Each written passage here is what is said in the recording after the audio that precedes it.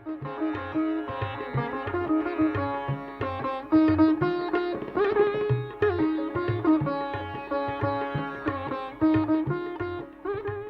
बच्चों, हमने मालिनी छंद के पिछले भाग में अभी यह देखा कि किस प्रकार महाकवि कालिदास ने अपनी अमर कृति अभिज्ञान शाकुंतल में और अन्यान्य रचनाओं में उसका प्रयोग किया है। और इसी संदर्भ में अब मैं आगे की बात बताना चाहूँगा कि परवर्ती युग के कवियों ने किस प्रकार इस छंद का प्रयोग किया है। आपको आश्चर्य होगा कि कालिदास के अनंतर भी महाकवि भारवी, भवभूति, माघ, श्रीहर्ष, रत्नाकर, इन सारे कवियों ने मालिनी छंद का प्रयोग किया और फिर ये परंपरा लगभग 17वीं शताब्दी तक चली जाती है, जबकि पंडित राज जगन्नाथ ने बहुत ही रमणीय ढंग से इसका प्रयोग किया है। अब मैं आपको एक आध और ऐसे उदाहरण दूंगा, क्योंकि मैंने बताया कि संस्कृत का कोई भी ऐसा महाकवि नहीं है जिसने कि मालिनी छंद का आशय लेकर के कविता न की हो। और एक हमारे 7वीं शताब्दी के महाकवि हैं जो गुजरात में पैदा हुए, उनका नाम है माघ कवि। माघ कवि ने शिशुपाल वधम नाम का महाकाव्य लिखा। अपने इस महाकाव्य का पूरा 11वां सर्ग उन्होंने मालिनी छंदों में लिख डाला। ये 11वां सर्ग जो है प्रभात वर्णन का है।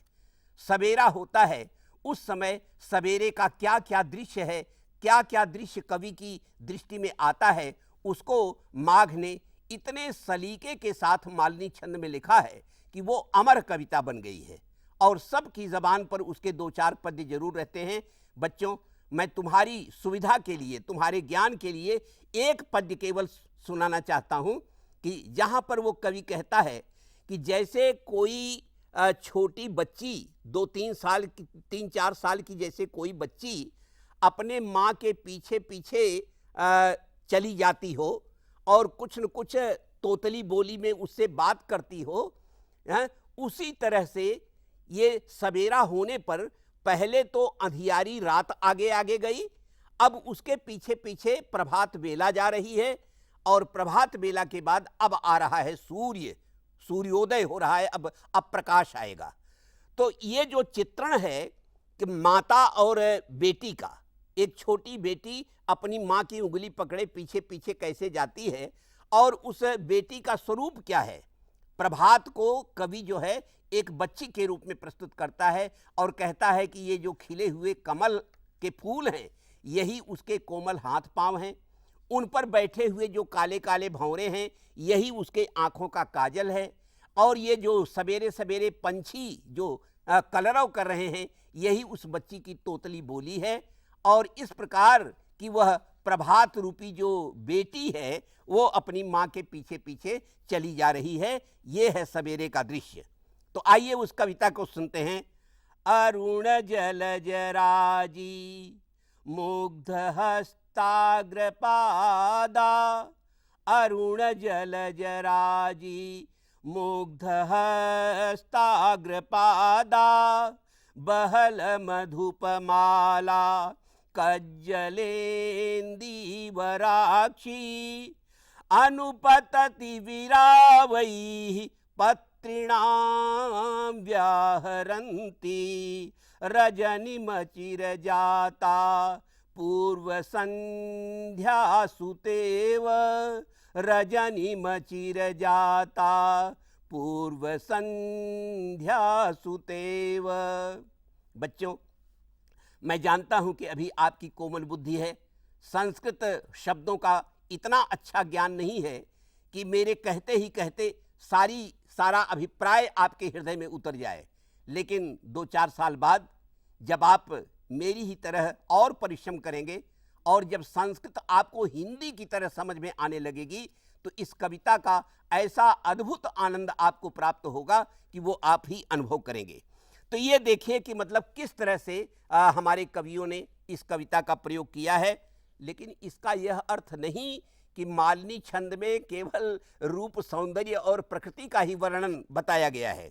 हमारे अनेक और आचार्यों ने, कवियों ने मालिनी छंद में उपदेश भी दिए हैं, नीतियां भी बताई हैं, और फिर अपने अपने उपास्य देवताओं की बहुत सुंदर वंदनाएं भी लिखी हैं, स्तुतियां भी लिखी हैं।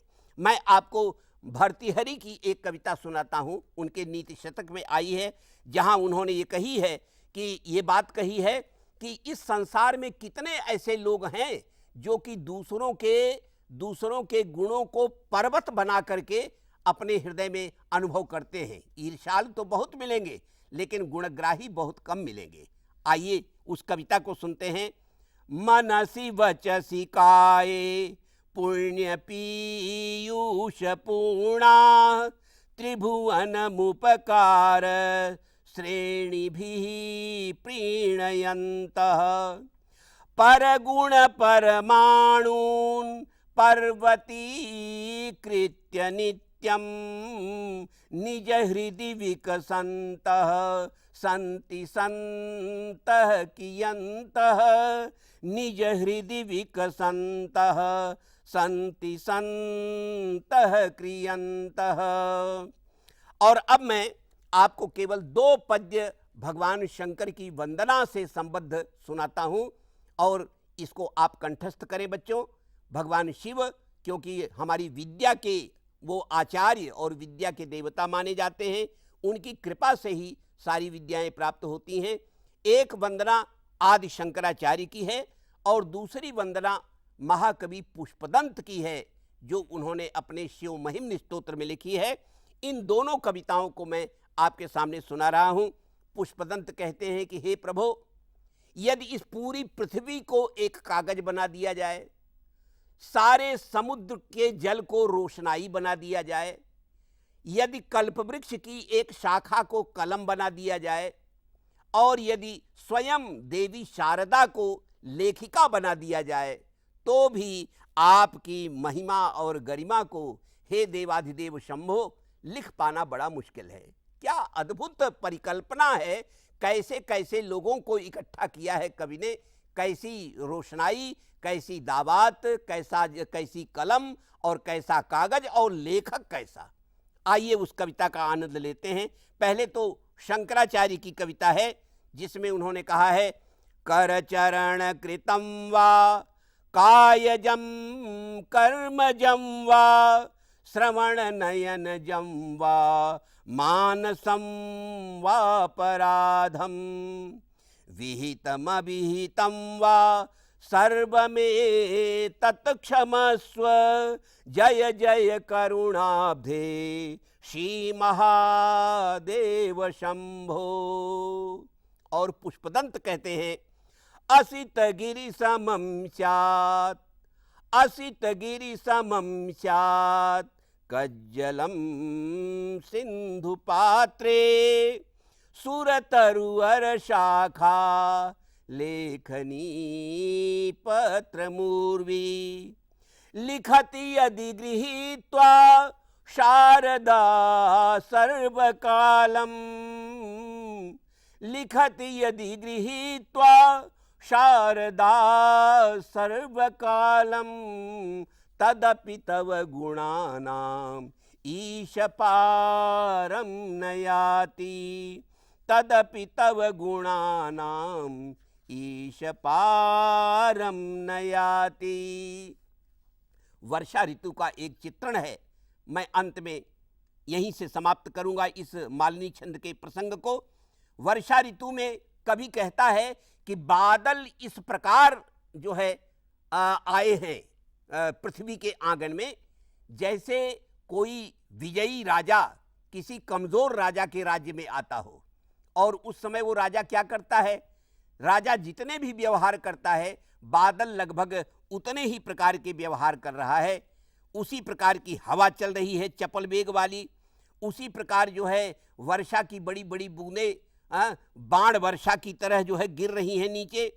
और जैसे राजा जो है जुझाऊ बाजे बजाता हुआ आता है, वैसे ही बादल गड़गड़ाता हुआ आ रहा है।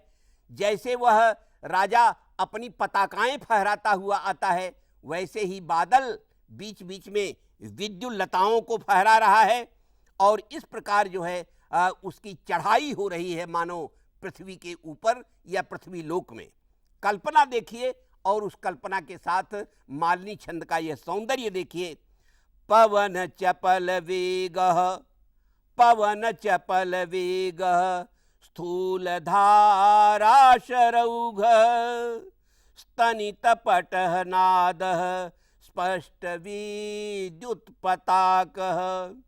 हरति कर समूहं खे शशाङ्कस्य मेघो, नृप इव पुरमध्ये मन्दवीर्यस्य शत्रो, नृप इव पुरमध्ये मन्दवीर्यस्य शत्रो, गुणवद गुणवद वा कुर्वता कार्यमादौ, परिणतिरवधार्या यत्नतः पंडितेन, अतिरभसकृतानां कर्मणामाविपत्तेर्भवति हृदयदाही शल्यतुल्यो विपाकः। कवि कहता है कि कोई भी कार्य करो तो उसके पहले ही उसके परिणाम पर विचार कर लो कि ये परिणाम तुम्हारे लिए अच्छा होगा कि बुरा होगा, क्योंकि शीघ्रता में किया गया काम जब बिगड़ जाता है तो उस समय जो हृदयदाही एक पीड़ा होती है, फिर दुनिया में कोई आपका साथ नहीं देता है। बच्चों, एक बार फिर इस कविता को गुनगुनाओ। गुणवद वा कुर्वता कार्यमादौ, परिणतिरवधार्या यत्नतः पंडितेन, अतिरभसकृतानां कर्मणामाविपत्तेर्भवति हृदयदाही शल्यतुल्यो विपाकः, भवति हृदयदाही शल्यतुल्यो विपाकः। अब इसी पद्य के साथ मालिनी छंद के प्रसंग को मैं समाप्त करता हूँ।